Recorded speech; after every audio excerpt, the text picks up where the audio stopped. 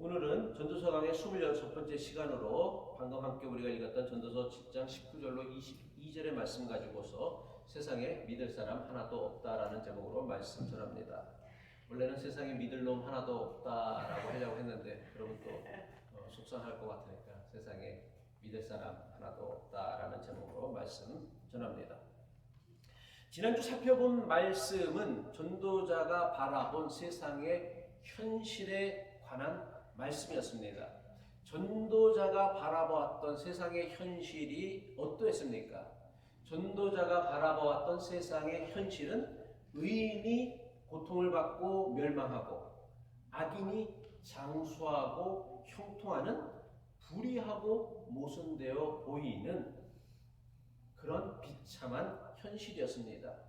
여기에 대해서 전도사는 이렇게 기록하고 있죠. 허무한 날을 사는 동안 내가 그 모든 일을 살펴보았더니 자기의 의로움에도 불구하고 멸망하는 의인이 있고 자기의 악행에도 불구하고 장수하는 악인이 있다 했습니다. 근데 문제는 뭐냐면 전도자가 보았던 그 불의한 현실이 수천 년이 지난 지금도 여전히 계속되고 있고 반복되고 있는 우리의 현실이다라는 것입니다. 저는 신학교 다닐 때에 이렇게 신학 공부하고 그리고 그때 우리 신학교 다닐 때 4년 내내 데모만 했어요. 교회 사회개혁, 그 다음에 교단 갱신, 교회 개혁을 위해서 그렇게 맨날 데모만 했어요. 4년 내내. 이렇게 했으니까 이제 내가 어른이 됐을 때는 세상은 참 좋아졌을 것이고 교단은 참 깨끗해질 거라고 생각을 했어요. 아니, 이런 사람들이 이제 커가니까 자라가서 교단의 이제 중추 인물이 되어지고 또 사회의 중심 인물이 되어지면 세상은 참 좋아질 거고 교단은 참 깨끗해질 거다 생각을 했어요. 근데 제가 이미 이제 기성세대를 되어 보니까 제가 젊었을 때 바라봤던 세상과 지금 제가 바라본 세상이 별반 다르지 않더라고요. 교회는 더 심각해졌어요. 그런데 사회는 그나마 조금이라도 나아지는 것 같은데 교회는 사실 더 비참해졌어요. 비루해졌어요.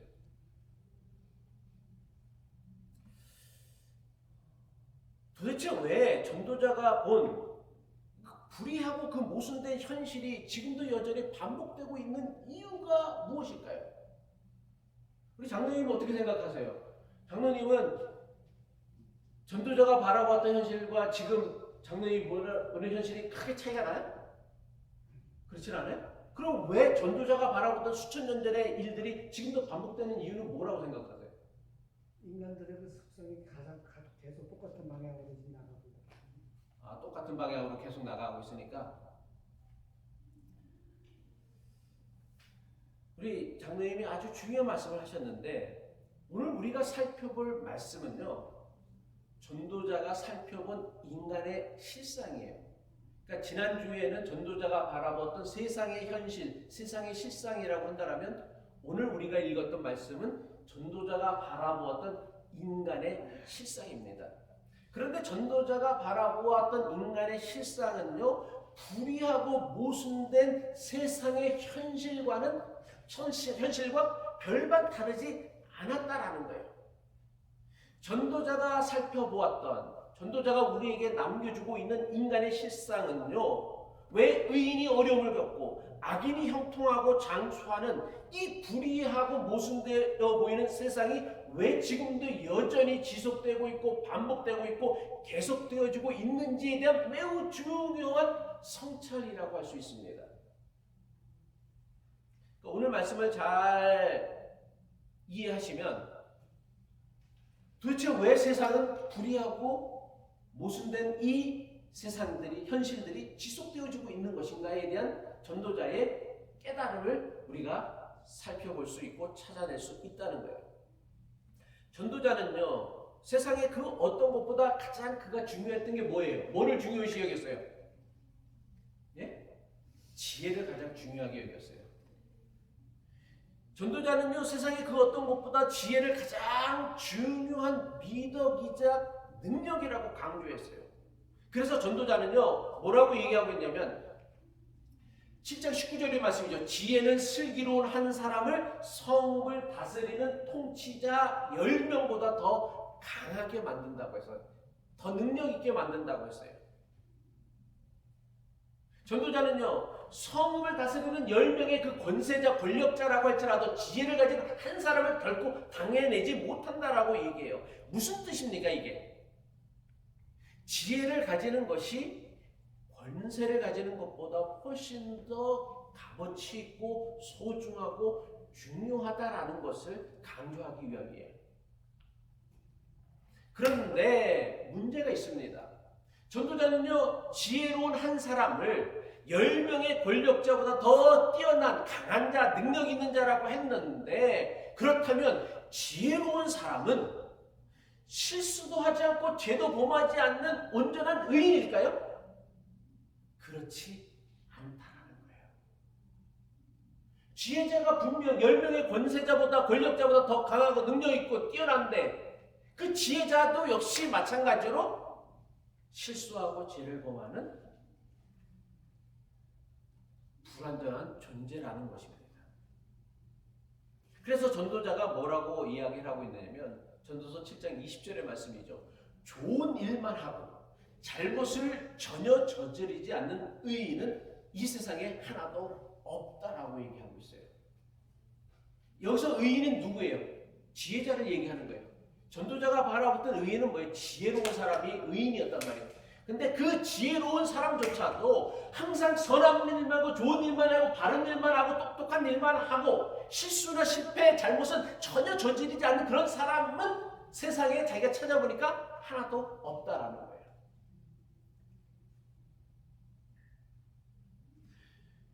전도자의 이 권고는요, 인간에 대한 매우 중요한 성찰을 보여줍니다.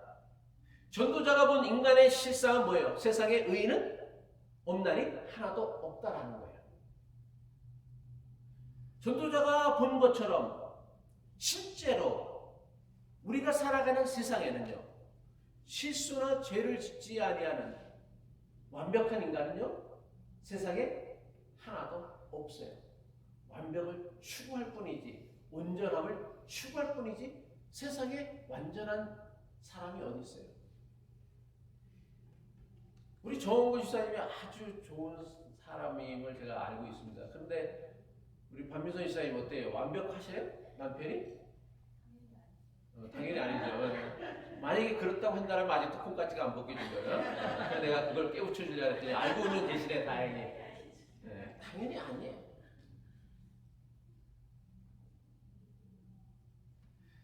그러면 의인은 세상에 하나도 없다라는 전도자의 권고가 뭐를 의미하는지를 알아야 돼요. 우리는 성경 말씀만 듣고 그게 뭐를 의미하는지를 알아야 되는데 그 말씀만 알고 있고 그 다음 생각을 안 하니까 이게 뭐를 의미하는지를 찾아내지는 못하는 거예요. 발견하지 못하는 거예요. 그러니까 적용을 못하는 거예요. 의인이 하나도 없다라는 전도자의 권고가 뭘 의미하느냐면 세상에는요, 아무리 괜찮은 사람처럼 보인다 할지라도 믿을 만한 사람은 하나도 없다라는 거예요. 우리 속담 중에 뭐가 있어요? 믿는 도끼에 발등 찍힌다라는 말이 있어요. 사람이 배신을 당하기도 하고 사기를 당하기도 해요. 근데 배신이나 사기는 주로 누구에게 당해요? 아는 사람, 가까운 사람, 믿는 사람에게 당한다는 말이에요. 모르는 사람에게 사기당하는 일은 거의 없어요. 물론 요새는 보이스피싱도 있지만은 이건 이제 신종 사기이고, 대부분의 배신은 믿는 사람에게 당하기 때문에 우리는 그것을 뭐라고 얘기하는 거예요? 배신이라고 하는 거예요. 안 믿는 사람에게 상처를 받거나 아니면 사기를 당했다고 그걸 우리는 배신이라고는 하진 않지. 원래 그런 사람이었으니까. 이거는요, 우리에게 매우 중요한 영적인 교훈을 주는 말씀이에요. 우리가 세상을 살면서 사람 때문에 숱하게 많은 실망과 상처와 분노와 원망에 사로잡혀 살아가는 그 결정적인 이유가 무엇 때문인지 아세요? 예? 배신 때문에? 믿음 때문이에요. 사람 때문에 겪는 그 모든 실망과 상처와 분노는요, 사람에 대한 잘못된 기대와 믿음 때문에 비롯되어진 거예요. 내일이 집사람이랑 저랑 결혼 기념 26주년이에요, 올해? 네. 그러니까 난 믿지 말라고. 근데 집사람이 만약에 저에게 뭐 대단한 걸 기대했어. 그런데 제가 그걸 못 해줬어. 그럼 뭐가 되겠어? 실망이 되겠지. 상처가 되겠지. 근데 만약에 아무런 기대를 안 했어. 그러면 뭐예요? 상처가 안 되거든요. 실망이 안 되거든요. 우리가 인생을 살면서 겪게 되어질 그 모든 실망과 상처와 분노와 원망이 어디서부터 비롯되어졌느냐? 사람에 대한 잘못된 기대와 믿음 내에서부터 비롯되어졌다는 걸 알아야 돼요. 사람은요, 결코요, 믿고 의지하고 기대할 만한 선하고 의로운 존재가 아닌데 우리는 이 사실을 너무나 자주 잊고 살아간다는 거예요. 제가 자주 반복하지만 세상에 믿을 사람은요, 단 한 놈도 없어요. 제가 생각하는 한국, 대한민국 최고의 헛소리가 뭔지 아세요? 개소리가 뭔지 아세요? 오빠 한번 믿어봐요. 여자분들 다 이 말 때문에 다 그냥 여러분 인생이 이렇게 된 거예요. 네? 우리 제 아내도 마찬가지겠지. 오빠 잘못 믿었다가 인생 망쳤지. 저는 한국 최고의 헛소리, 개소리는 오빠 한번 믿어봐라는 소리라고 생각해요. 남편 믿지 말아야 돼요. 아내 믿지 말아야 돼요. 자식 믿지 말아야 돼요. 부모 믿지 말아야 돼요. 목사 믿지 말아야 돼요. 교인들 믿지 말아야 돼요. 그런데 자꾸만 하나님 대신 사람 믿고 의지하려고 해요. 왜 그렇습니까? 하나님은 당장 내 눈에 보이지 않아요. 잘 느껴지지도 않아요. 그러니까 사람들이 자꾸만 뭐예요? 눈에 잘 보이는 사람 믿고 의지하고 기대려고 해요. 근데 제가 지금까지 목회하면서 깨닫고 배운 것 중 가장 중요한 교훈 중 하나는 뭐냐면 어떤 경우라 할지라도 사람을 믿거나 사람을 의지하지 말아야 한다는 거예요. 개인적으로 저는요, 우리 교회 장로님, 권사님, 지사님, 성도님들 참 좋은 분들이라고 제가 생각해요. 그 많은 세상의 교회들 중에 자유교회를 찾아온 여러분들이 얼마나 저에게 좋고 고맙고 감사하겠어요. 그리고 얼마나 분별력이 뛰어난 사람이겠어요. 그런데 그렇다고 저는 여러분들을 믿지는 않아요. 그리고 의지하려고도 하지 않아요. 근데 자꾸만 의지하고 싶은 마음은 드는데 안 하려고 무진애를 써요. 정말 무진애를 써요. 내가 사람 의지하지 말아야지. 사람 믿지 말아야지. 정말 무진애를 써요. 여러분 이 말에 너무 섭섭해하지 마시기 바랍니다. 저는요, 저 자신도 믿지 않아요. 그러니까 제가 저 자신도 믿지 않는데 여러분 안 믿는 건 당연한 거 아니겠어요? 네?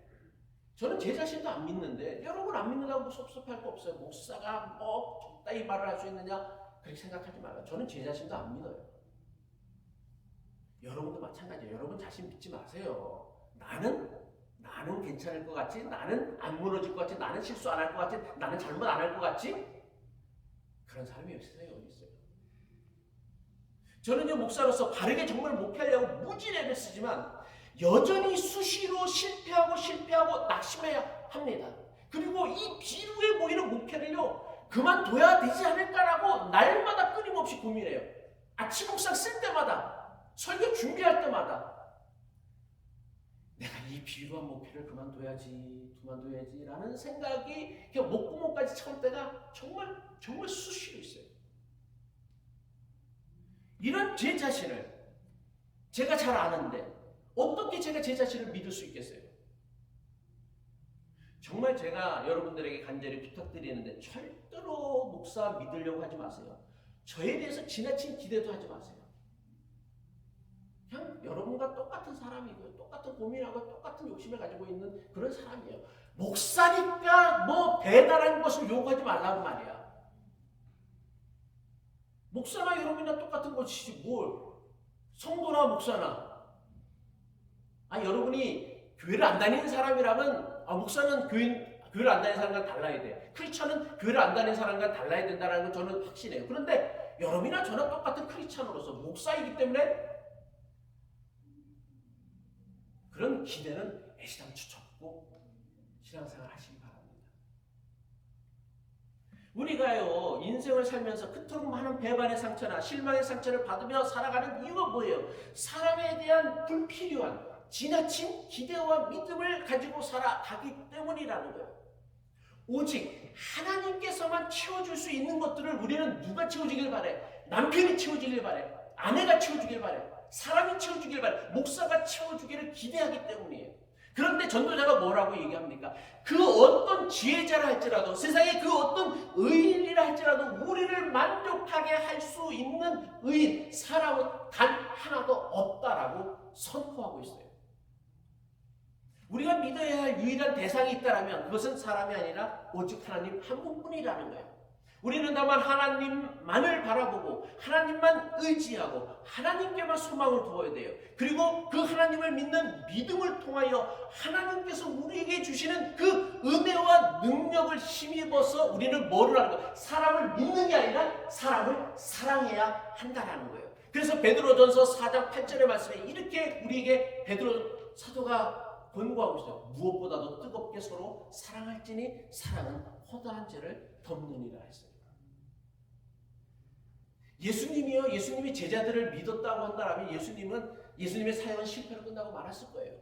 예수님이 베드로를 믿었다고 한다면 예수님의 사역은 실패로 끝나고 말았어요. 근데 예수님 베드로 제자들을 믿지 않았어요. 베드로의 배신에도 불구하고 흔들리지 않았어요. 무너지지 않았어요. 왜? 예수님은 베드로를 믿은 게 아니라 사랑하셨거든요. 하나님께서는요 사람을 믿고 의지하라고 우리 곁에 주지 않으셨습니다. 사람에 대한 믿음과 기대는요 그게 어떠한 사람에 대한 믿음이든 기대이든 간에 언젠가는 반드시 그 믿음과 기대는 산산이 무너질 날이 반드시 오게 되어져 있어요. 그것이 여러분의 남편이라 할지라도, 그것이 여러분의 아내라 할지라도 말입니다. 그러니까 어떤 사람이든 여러분이 갖고 있는 그 믿음, 사람에 대한 믿음은요 어느 순간 반드시 산산이 조각내어져서 흔적도 찾아볼 수 없을 정도로, 그래서 나에게 정말 엄청난 배신을 안겨다 줄 것, 이것은 예정되어질 수순이에요. 따라서 하나님께서 사람이 함께 어울려 살게 하신 것은요 사람을 믿고 사람을 기대하고 의존하며 살기 위함이 아니라 서로 도우며 사랑하며 살도록 하기 위함이다라는 거예요. 사람은요 그 누구도 믿을 만한 존재가 아니라 단지 사랑해야 할 존재예요. 사람에 대한 믿음은요 그 어떤 인간관계에도 파탄나게 만든다라는 거예요. 하지만 믿지 않고 사랑할 때에 그 사랑만이 우리가 저지르는 그 숱한 실수와 실패, 연약함에도 불구하고 그 허물과 실수와 죄 가운데 속에서도 사람의 관계가 파탄나지 아니하고 깨어지지 아니하고 지켜낼 수 있는 힘이고 능력이다라는 거예요. 여러분의 부부관계가 지속되어지는 게 믿음 때문이에요? 아니요, 사랑 때문이에요. 저 사람이 나에게 온전하게 완벽하기 때문에 우리 부부관계가 지속되어지는 부부는 세상에 단 하나도 없어요. 저 사람 흠 많아, 실수 많아, 연약해, 부족해. 그럼에도 불구하고 내가 사랑하기에 내 힘 안 되냐, 내 사랑 능력으로 안 되니까, 그래서 하나님 앞에 하나님의 능력을 구하는 거예요. 사랑의 능력을 구하는 거예요. 그 사랑의 능력으로 우리가 참고 견디고 인내하고 덮어주니까 그 부부관계가 유지되어지는 거란 말이에요.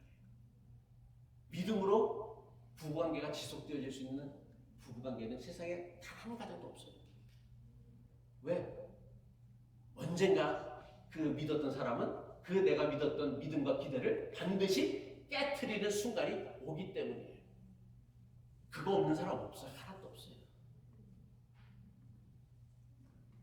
전도자는요 세상에는 의인은 하나도 없기에 반드시 주의하며 살아야 할 것을 경고하고 있습니다. 그게 뭐예요? 전도서 7장 21절의 말씀이죠. 남들이 하는 말에 마음을 쓰지 말아라. 자칫하다가는 내 종이 너를 욕하는 것까지 듣게 된다라고 했어요. 사람들이 하는 말에 지나치게 마음 쓰지 말라는 거예요.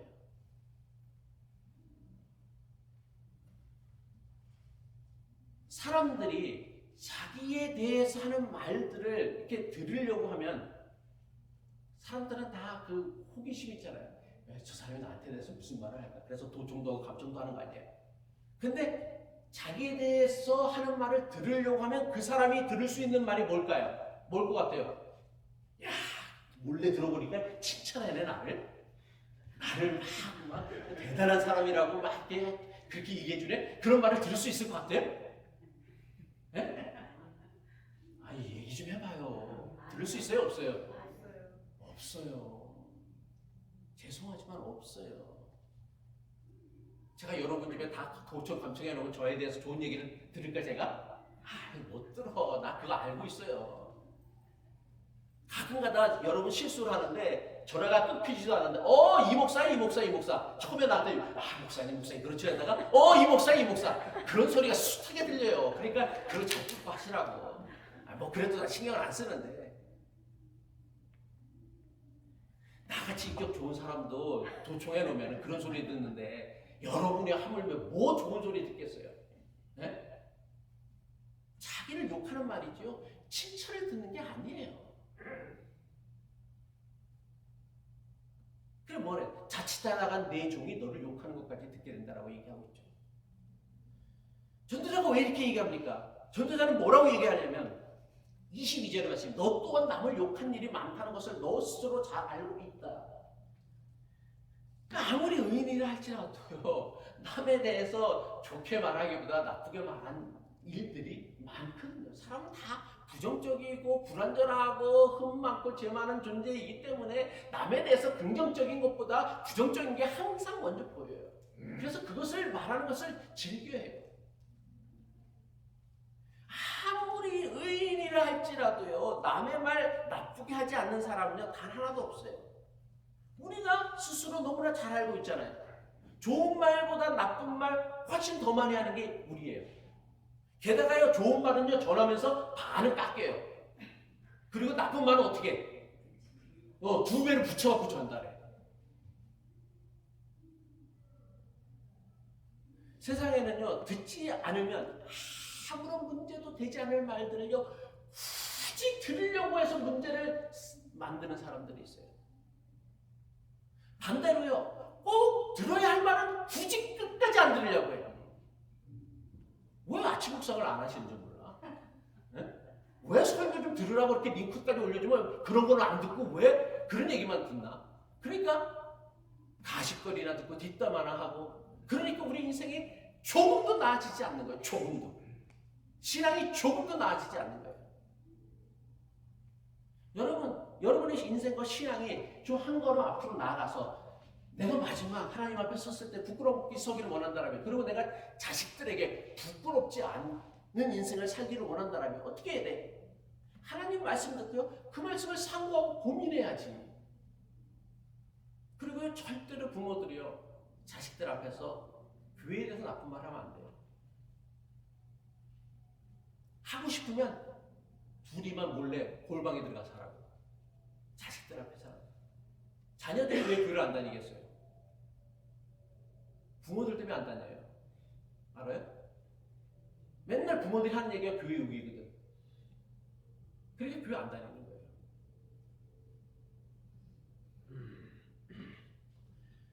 지혜로운 사람은 어떤 사람이냐? 들어야 할 말과 듣지 말아야 할 말을 분별할 줄 아는 사람입니다. 그런데 좋지도 않은 말을 들으려고 해. 이 사람 저 사람에게 캐물으면서 무슨 말 했는지 들으려고 애쓰는 사람이 있어요. 이런 사람이 자기에 대해서 좋은 말을 들을 가능성은요 0%예요.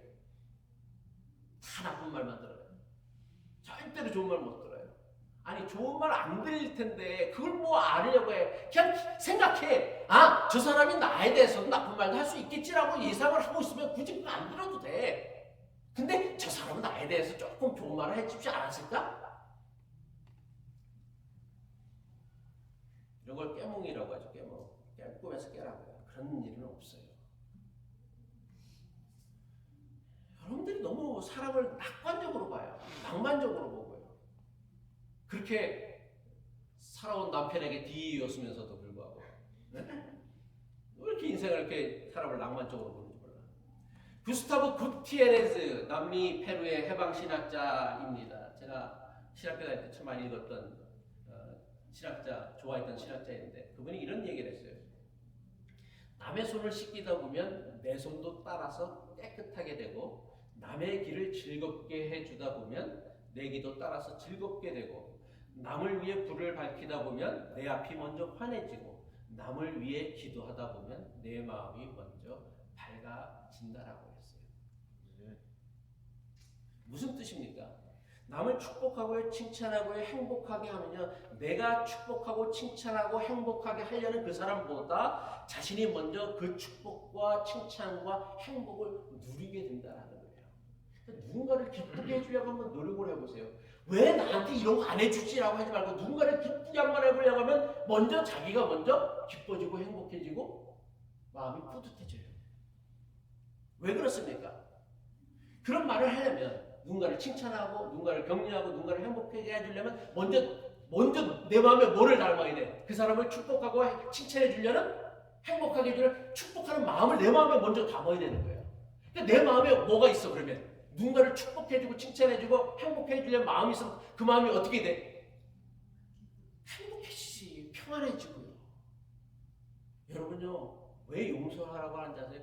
용서는 남을 위해서 하라는 게 아니라 자기를 위해서 하는 거예요. 용서하지 못해보세요. 그러면요, 내가 집에서 맨날 개새끼 무슨 소리 뭐 욕하더요. 그게 그 사람 앞에서 하지 않는 이상 그 욕은 다 누구에게? 누구를 파괴해? 자기를 파괴해. 자기 마음이. 그러니까 누군가를 미워해. 저도 누군가를 미워해본 경험이 있는데 그 미워하면요, 그 미움 때문에 자기가 먼저 망가져. 그 사람 망가지기 전에. 그러니까 미워하지 말고 그냥 같이 끌어안고서 죽으라고 뛰어서. 좌우업을 하면 그냥 서로 같이 자폭하란 말이야.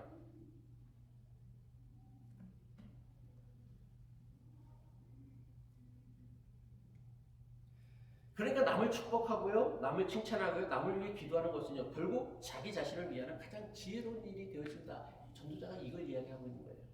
이거는요, 반대로 적용해도 마찬가지예요. 우리가 누군가를 미워하고 분노를 쏟아내고 저주하고 비방하고 험담하면요, 누가 가장 먼저 이런 일에 피해가 되어지냐? 상대방 마음에 상처를 주기 이전에 자기가 가장 먼저 1차의 피해자가 되어진다는 거예요. 왜? 남을 저주하고 비난하려면 먼저 내 마음에 뭐를 담아야 돼?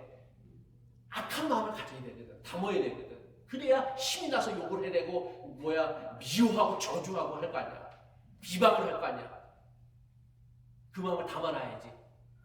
그래, 그 마음을 담고 있는 기간이 얼마나 오래 되겠어요. 그러니까 그 마음이 자꾸만 자기를 황폐화시키는 거예요. 말씀을 마칩니다.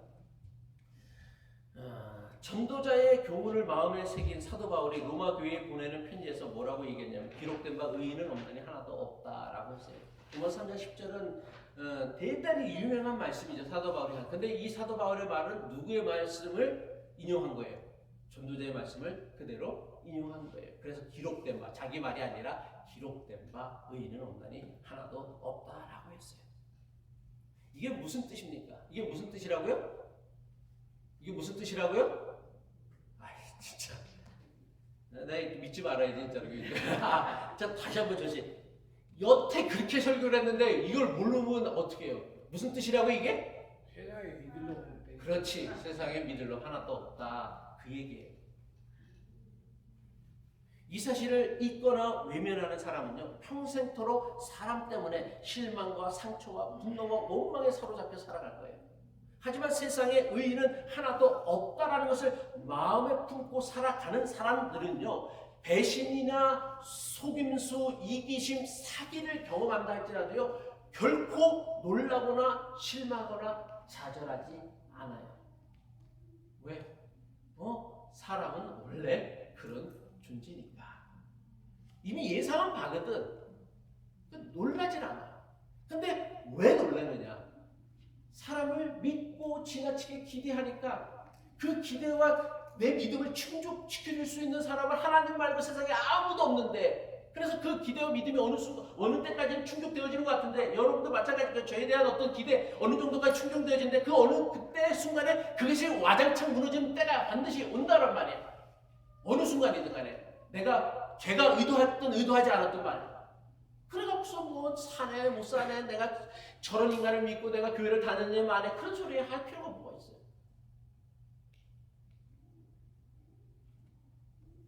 하나님을 경외하는 것만이 불완전한 인간을 믿고 의지하려는 이 어리석음에서부터 우리가 벗어날 수 있습니다. 하나님을 경외할 때만 우리를 비방하고 저주하는 그 인간의 말들이 우리의 마음을 사로잡지 못하게 막을 수 있다는 거예요. 하나님을 경외하는 믿음만이 우리의 마음과 생각을 무너뜨리려는 그 사람들의 말로부터 우리를 지켜낼 수 있음을 명심해야 할 것입니다. 질문 받겠습니다.